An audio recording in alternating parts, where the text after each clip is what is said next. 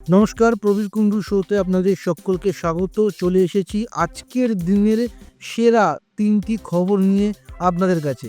প্রথম খবরে রয়েছে বাংলা পাল্টাবে না, পাল্টাবেন আপনারা। কে বলছে? অভিষেক।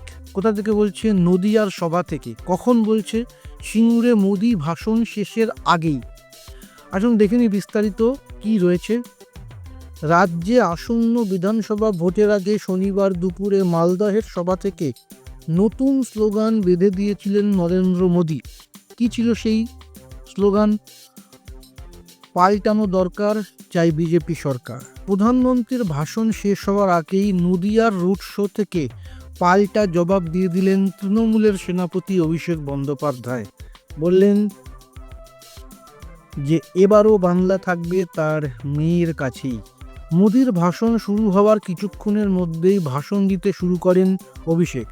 সেখানেই নতুন স্লোগান দিয়ে মোদিকে কটাক্ষ করেন তিনি। কটাক্ষ করে বলেন, কাল মোদিজি বলেছেন পাল্টানো দরকার।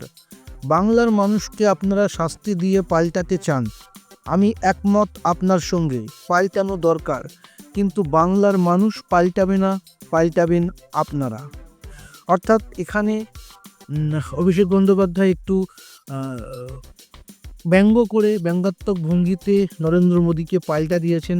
তো এখন উত্তেজনা শুরু হয়ে গিয়েছে ভোটের। দেখা যাক শেষ পর্যন্ত কি হয়। নজর রাখবো আজকের দ্বিতীয় খবরে। শান্ত হচ্ছে বেলডাঙ্গা।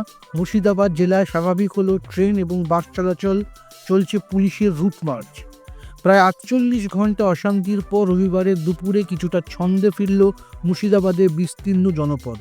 রবিবার দুপুরেও বেলডাঙ্গা এলাকায় রুট মার্চে দেখা গিয়েছে পুলিশকে।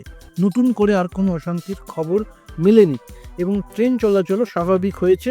দুপুর থেকে বাস চলাচলও ঠিকভাবে চলছে। অর্থাৎ গত শুক্রবার থেকে যে একটা গণ্ডগোল হচ্ছিল, ঝামেলা হচ্ছিল, ধীরে ধীরে সেটা ঠিক হচ্ছে, শান্ত হচ্ছে, মিটমাট হচ্ছে।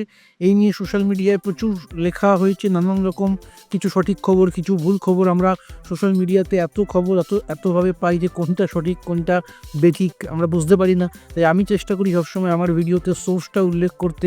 আনন্দবাজারের খবর সেখান থেকে বলছি। তো মোটামুটি এখন আস্তে আস্তে বেলডাঙ্গা শান্ত হচ্ছে।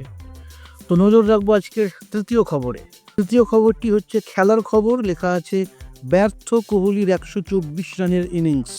প্রথমবার ঘরের মাঠে নিউজিল্যান্ডের কাছে একদিনের সিরিজ হেরে গেল ভারত। 296 রানে ভারতের ইনিংস শেষ হয়।